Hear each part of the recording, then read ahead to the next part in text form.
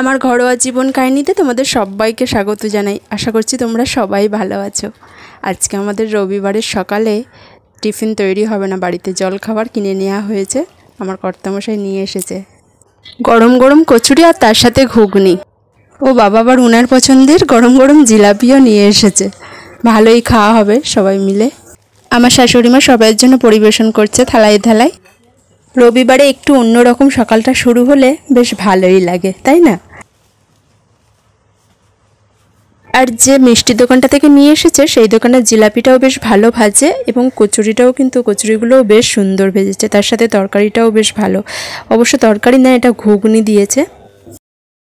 আর যেহেতু আমাদের বাড়িতে সুগারের রুগী সব, আমার শ্বশুরমশাইকে সুগারের ওষুধ দিয়ে তারপরে খেতে দেওয়া হবে, ওই জন্যই আবার বলা হচ্ছে। কেন বেশি করে দিয়েছে নাকি আলাদা দিন? না না, একই জিনিস। এই যে ক্ষতি করে এই প্লাস্টিকের খাওয়া, এইটুকু আমটা তো সুন্দর। ঘুগনি দিয়েছে, ঘুগনি। আরে আমার ঘুগনি মটন নয়। কালারটা ভালো এসেছে, খেতেও ভালো হবে। আমটা সুন্দর।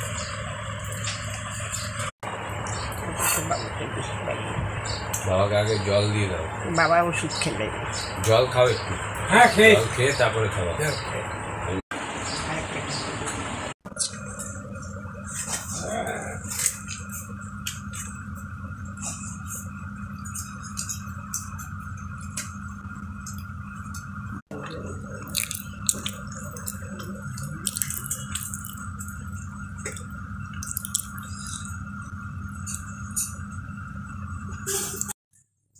আজকে ডাঁটা চচ্চড়ি রান্না হবে এবং তার সাথে ভোলা মাছ মোটামুটি রেডি করাই আছে। মাছটা ধোয়াও হয়ে গেছে, এরপরে মাছটা করা হবে।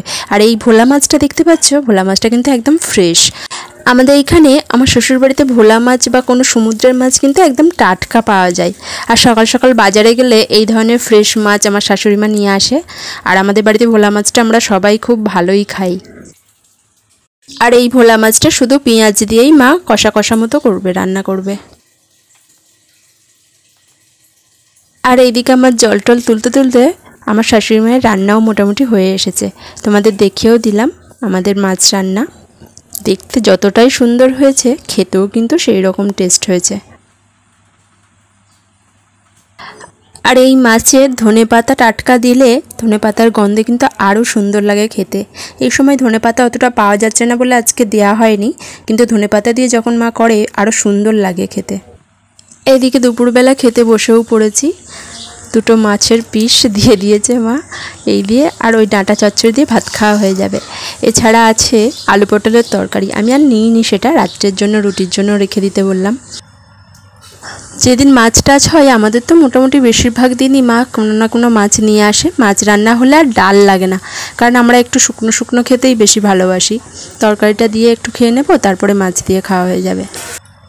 সাথে একটু আবার লবণ নিয়ে নিলাম, যদি লবণটা কম কম লাগে তাহলে আমি একটু বেশি বেশি লবণ খাই, একটু নিয়ে নিয়ে খাবো বলে। আর আমরা সকাল সকাল খেয়েই নিই, আমার শ্বশুরমশাই খেয়ে নেয়, কারণ আমার কর্তামশাইয়ের খেতে মোটামুটি 4টে হয়ে যায়, তাই সবাই একসাথে আর খেতে বসা হয় না।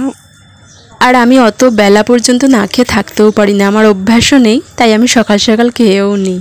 আর ডাঁটা চচ্চড়িটা খুব সুন্দর হয়েছে। এখন তো এইরকম সরু সরু সজনে ডাঁটা পাওয়া যায়, এরপরে আবার একটু মোটা সাইজের পাওয়া যাবে।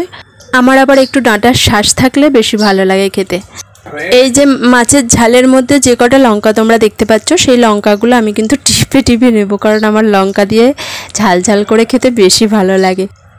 ভোলা মাছ কিন্তু অনেক ধরনের হয় জানো, বাজারে লাল লাল ধরনের ভোলা মাছ পাওয়া যায়, সেই ধরনের ভোলা মাছ আমাদের বাড়িতে কোনো দিনই নিয়ে আসে না। আর ওই ভোলা মাছগুলো কিন্তু অনেকটাই গন্ধ হয় আর অনেকটাই পচা হয়, আমাদের ওই মাছ খাওয়া হয় না। যে ভোলা মাছগুলো নিয়ে আসে একদম সাদা ফ্রেশ। আজকে দুপুরের খাওয়াটাও বেশ ভালোই হলো। আজকে আমি আমার দুপুরের খাওয়াটা পুরোটাই তোমাদের সাথে শেয়ার করলাম।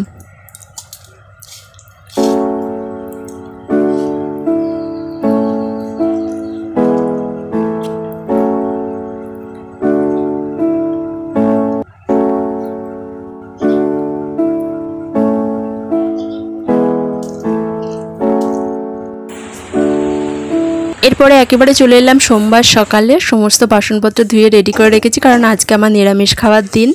আর আমি গ্যাসের কাছে চলেও এসেছি। আমি একটা তরকারি তৈরি করব, বাঁধাকপির তরকারি আর পরোটা তার সাথে। আমি আগের দিন তোমাদের সাথে শেয়ার করেছিলাম বাঁধাকপির তরকারিটা আমি কিভাবে বানাই নিরামিষ দিনের জন্য। আজকেও আমি সেই একইভাবে বাঁধাকপির তরকারিটা বানাবো। বাঁধাকপিগুলো কুচিয়ে রেখেছিলাম আর অনেক সকালেই জলে ভিজিয়েও রেখেছিলাম। এরপরে কড়াটা ভালো করে তাতিয়ে নেব। তোমাদের সাথে শেয়ার করেছিলাম, আজকে আর ডিটেলসে কিছু আর দেখাচ্ছি না, তাই তরকারিটা আমি করেই নিই। এরপরে তাড়াতাড়ি করে পরোটাও বানিয়ে নেব, কারণ সোমবারে সকালে একটু তাড়াহুড়োই থাকে। আমি করে বেরোলে আবার আমার শাশুড়িমা দুপুরের রান্নাটা করে। আর বাঁধাকপিতে কয়েকটা আলুও দিয়ে দিয়েছি, টমেটোও 8খানা দিয়ে দিচ্ছি। এরপরে কাঁচা লঙ্কা আমি অনেকটাই দেবো, একটু ঝাল।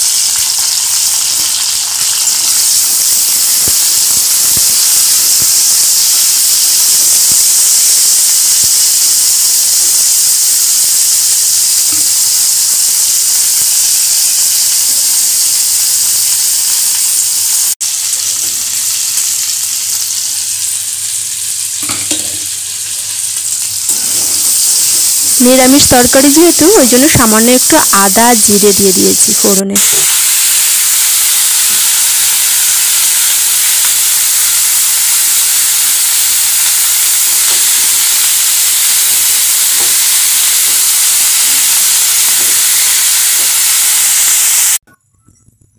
আজকের মতো ভিডিওটা আমি এখানেই রাখছি, আর বেশি বাড়াবো না। আবার চলে আসবো অন্য আর একটা ভিডিও নিয়ে। ততক্ষণে তোমরা ভালো থেকো, সাবধানে থেকো, সুস্থ থেকো আর আমার পাশে থেকো।